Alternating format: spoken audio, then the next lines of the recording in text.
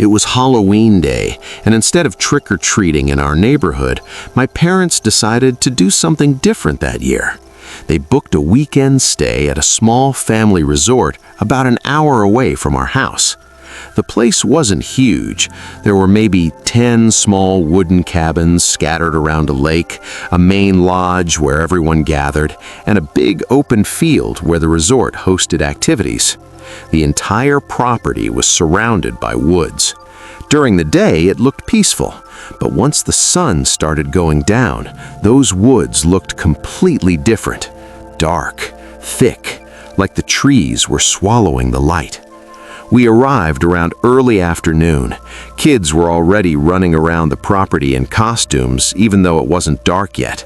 There were booths set up near the lodge where you could play little games for candy: ring toss, pumpkin carving, face painting. Orange lights were strung between trees, and fake spider webs covered the fences. It honestly felt like a perfect Halloween setting. While my parents unpacked in the cabin, I wandered off toward the game booths. That's where I met another kid around my age. His name was Ryan.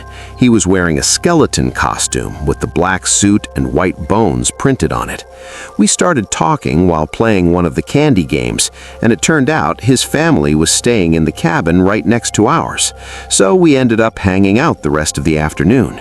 As it got closer to evening, more families gathered near the barn. That's where the haunted hayride would start.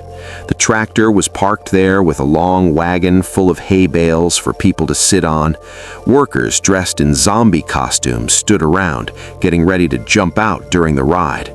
Ryan and I climbed onto the wagon with about 20 other people. The tractor started moving once it got dark. Torches lined the dirt trail as we rolled into the woods. At first, the ride was exactly what you'd expect. Actors in costumes jumped out from behind trees. Some ran alongside the wagon. People screamed, then laughed. But about halfway through the trail, something caught my attention. We entered a stretch of woods where the torches were farther apart. The light was dim, almost too dim. I looked off to the right side of the path, and that's when I saw him. A man standing just outside the torchlight. He wasn't wearing a costume. That was the first thing I noticed. Everyone else involved in the hayride had some kind of mask or themed outfit, but this guy looked completely normal. Black jacket, blue jeans, baseball cap pulled down low over his face. His hands were shoved into his pockets. He wasn't moving. He wasn't talking. He was just standing there, watching the wagon pass. At first, I thought maybe he was one of the workers taking a break, but something about him felt wrong. Then I realized something that made my stomach tighten. He wasn't watching the wagon. He was watching me. Even though his face was partly shadowed by the cap, I could feel his eyes locked on mine. It's hard to explain that feeling, but you know it when it happens, like someone is staring directly into you. I glanced away quickly and looked around to see if anyone else noticed. No one did. Everyone else was focused on the actors jumping out of the woods. When I looked back again, the man hadn't moved, still standing there, still watching. The wagon kept rolling and the trees eventually blocked my view, but the image of him standing there stayed stuck in my mind. When the hayride ended, everyone climbed off and headed back toward the lodge. I looked back toward the trail once more. The man was gone. I told myself I was probably overreacting. Maybe he was just someone's dad watching the ride. Ryan and I went back to the lodge where people were gathered around a big bonfire. Parents sat in folding chairs while kids ran around collecting candy from tables. For a while, everything felt normal again. But about an hour later, I saw him again. Ryan and I were standing near the snack table grabbing cookies when I noticed someone standing near the tree line, about 30 feet away from the crowd. My stomach dropped. It was the same man, same jacket, same hat, same still posture. And again, he was watching. I nudged Ryan and quietly pointed him out. Ryan looked over and shrugged. Probably just someone's dad, he said. But the longer I looked at the man, the more uncomfortable I felt. He wasn't talking to anyone. He wasn't walking around. He was just standing there, watching the crowd, watching us. A few minutes later, when I looked again, he was gone. By around 9 p.m., the event started winding down. Most of the younger kids were heading back to their cabins, but Ryan and I still had energy. There was a small dirt trail behind the cabins that led into the woods.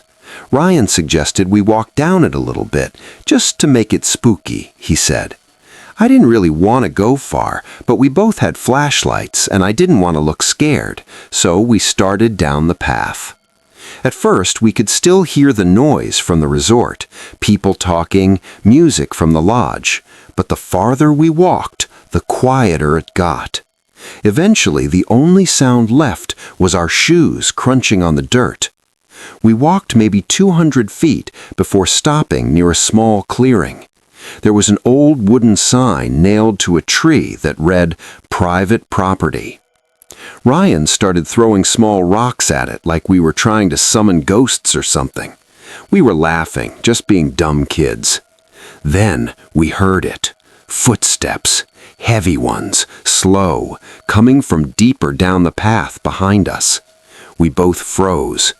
Ryan whispered, "Probably another kid." But it didn't sound like a kid. The footsteps were too heavy.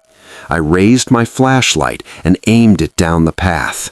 The beam stretched maybe 30 feet before fading into darkness. For a few seconds, we saw nothing. Then the footsteps stopped. Complete silence. Then a voice spoke. "Hey there, boys." It was a man's voice, calm, too calm, and instantly I knew who it was, the man from the Hayride. He stepped forward just enough for the flashlight beam to catch part of him. Same jacket, same hat. "What are you boys doing out here?" he asked. Ryan and I didn't answer. The man reached into his pocket. My heart started pounding. He slowly pulled out something wrapped in orange foil. A Reese's cup. "You like candy?" he asked. Then he smiled. "I've got a bunch more back in my cabin." He took a few slow steps toward us. Ryan's face went pale. "You don't have to be scared," the man said. "It's Halloween. I saw you two on the hayride earlier." The moment he said that, I grabbed Ryan's arm. "Run!" We took off down the path. I could hear the man start running behind us, heavy footsteps crashing through the dirt. My lungs felt like they were on fire, but I didn't stop. The lights from the resort finally came into view ahead. I started screaming for help. When we burst out of the woods near the bonfire, several adults turned toward us. Ryan and I didn't stop until we reached the crowd. I turned around. The trail behind us was empty. The man was gone.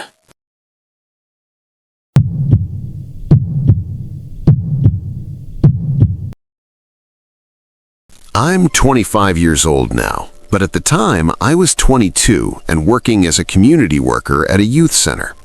Events were basically my job, organizing them, running them, making sure everyone had a good time.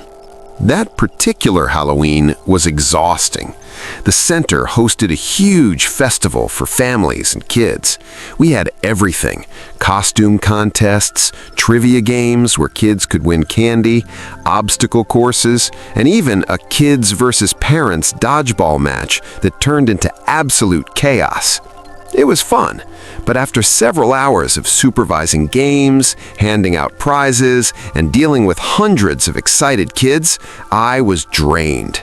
By the time everything wrapped up, I just wanted to go home, shower, and collapse into bed. I got home around 5:30 in the evening. I remember throwing my keys on the kitchen counter and sitting down on the couch thinking, finally, I'm done for the day. About an hour later, my phone rang. It was my little sister. I'll call her Savannah. Savannah was 15 at the time, and she asked if I could take her and my nephew trick-or-treating. Our parents didn't feel like going out, and Jackson's parents were busy, so like usual, the responsibility somehow landed on me. Jackson was 11, and if you have younger siblings, you already know how this goes. You become the cool older brother whether you feel like it or not. Even though I was exhausted, I couldn't say no. So I threw on some clothes, grabbed my keys, and drove to my parents' house. When I got there, Savannah was still finishing her costume. She had gone all out. She was dressed as Raven from Teen Titans, complete with the cloak and pale white makeup that made her look almost ghost-like. Jackson had chosen Sub-Zero from Mortal Kombat. The kid had a blue mask, plastic armor, and a toy sword strapped to his back. Once Savannah finished her makeup, we got into my car and drove to one of the busier neighborhoods nearby. My goal was simple: take them somewhere where they could collect a ridiculous amount of candy. And honestly, the neighborhood delivered. The streets were packed with kids, decorations were everywhere, fake skeletons hung from trees, jack-o'-lanterns lined driveways, and fog machines pumped artificial mist across sidewalks. House after house handed out candy. One house even did something I had never seen before. Instead of candy, an older man was grilling hot dogs in his driveway. He handed each kid a hot dog and a soda. When someone asked why, he laughed and said he'd rather give kids something with protein instead of sugar. Honestly, I respected it. We kept moving through the neighborhood for about an hour. Savannah and Jackson were having the time of their lives. But eventually, the crowds started thinning out. Porch lights were turning off. Kids were heading home. So we decided to head back to the car. The walk back was about 10 minutes because we had wandered pretty far down the neighborhood. At first, everything felt normal, but then something caught my attention. Across the street, standing in the yard of a house with no lights on, was a person, completely dressed in black. They were wearing what looked like a hooded cloak. I couldn't see their face at all. No porch lights, no decorations, just darkness, and this person standing there, completely still, watching us. At first, I thought maybe it was just someone trying to scare trick-or-treaters, but something felt wrong. I quietly said to Savannah and Jackson, "Stay close to me." Then I added, "There's someone across the street. Don't stare, but look quickly." Jackson glanced and immediately laughed. He assumed it was just some Halloween prank. Savannah didn't laugh. She knew me well enough to hear the seriousness in my voice. There was one more thing she knew. Inside the backpack I was carrying, I had a Glock. Jackson didn't know. He was too young for that conversation, but Savannah did. So when I told them to stay close, she understood exactly what that meant. We kept walking. I looked back once. The figure was still there, watching us. Then something changed. As we got closer to the car, I heard something behind us. Heavy footsteps, boots. I turned around, and there they were. The same person. But now they were closer, much closer, and I could see them clearly. They weren't just wearing a cloak. Underneath it, they had tactical gear. Black boots, black pants tucked into the boots, a tactical vest, and a full black mask covering their entire face.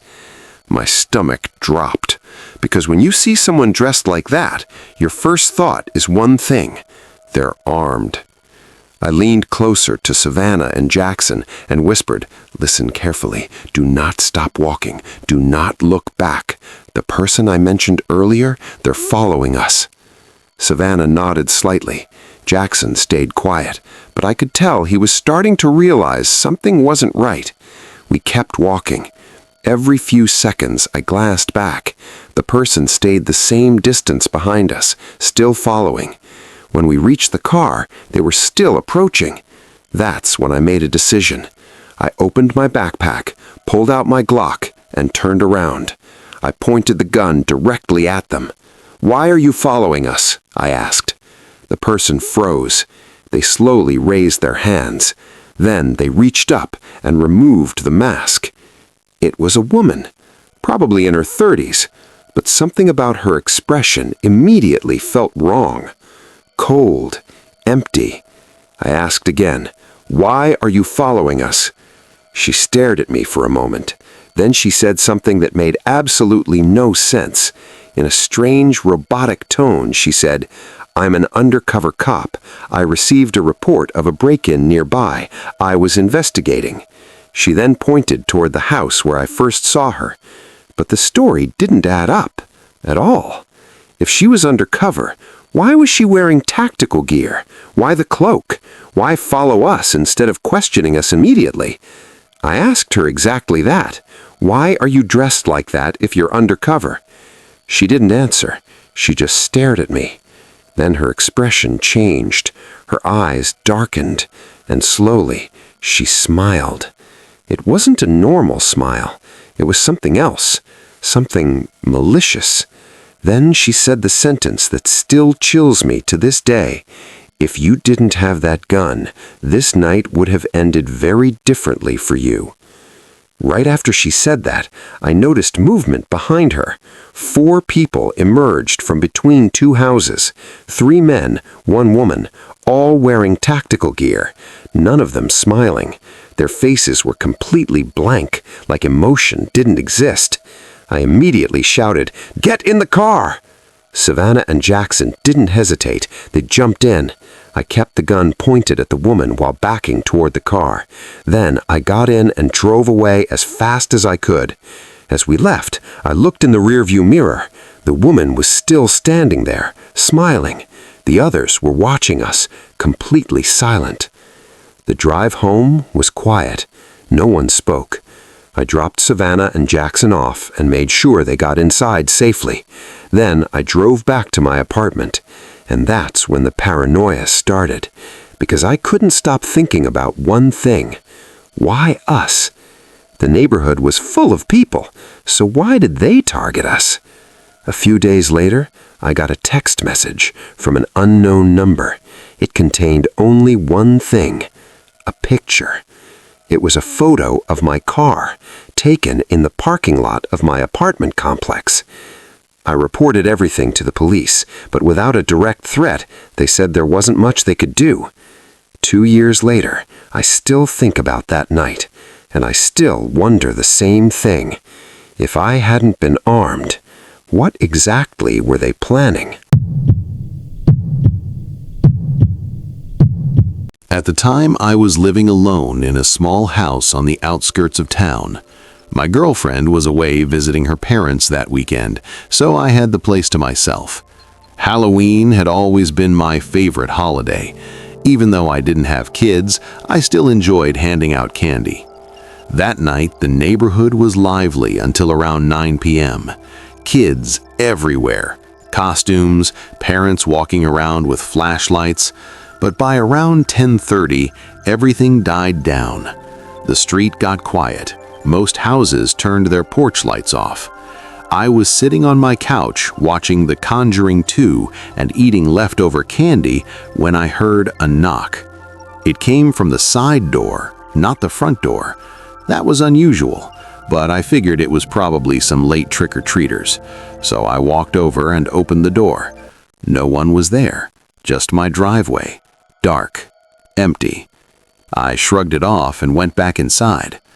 About 15 minutes later, I heard something again. But this time, it wasn't a knock. It was the sound of my back door handle moving, slowly, like someone was testing the lock. Every alarm in my brain went off. I muted the TV and listened. The metal handle rattled again. Someone was definitely there. I crept into the kitchen and slowly peeked through the window. That's when I saw him, a man crouched near the door. He was wearing dark clothes and a cheap Halloween mask pushed up on top of his head. In his hand was a crowbar. He wasn't trying to hide. He looked calm, almost patient, like he knew I was inside. I backed away quietly and grabbed my phone. I dialed 911 and whispered what was happening. The operator told me officers were already being dispatched. Then she told me something important. Do not confront him. Stay somewhere safe. I crouched at the top of the staircase with a kitchen knife, listening, watching. Then I heard a faint pop outside. The man had moved to the basement window, and he was prying the screen off. A few seconds later, glass cracked. He was breaking in. My heart was pounding so hard I could hear it in my ears. The dispatcher kept talking quietly to keep me calm. Then suddenly, red and blue lights flashed through my windows. Police had arrived. The man bolted. I watched through the blinds as he tried to sprint across my yard, but he didn't get far. 2 officers tackled him near the edge of my driveway. They dragged him back in handcuffs. That's when I saw what was inside his backpack. Not just the crowbar. Inside the bag were duct tape, zip ties, a handgun, several knives, and rope. The officers later told me something that made the whole thing even more disturbing. This man had a record of breaking into homes, and in some of those cases, people had disappeared. If the police had arrived just 5 minutes later, I honestly don't know if I would still be here telling this story.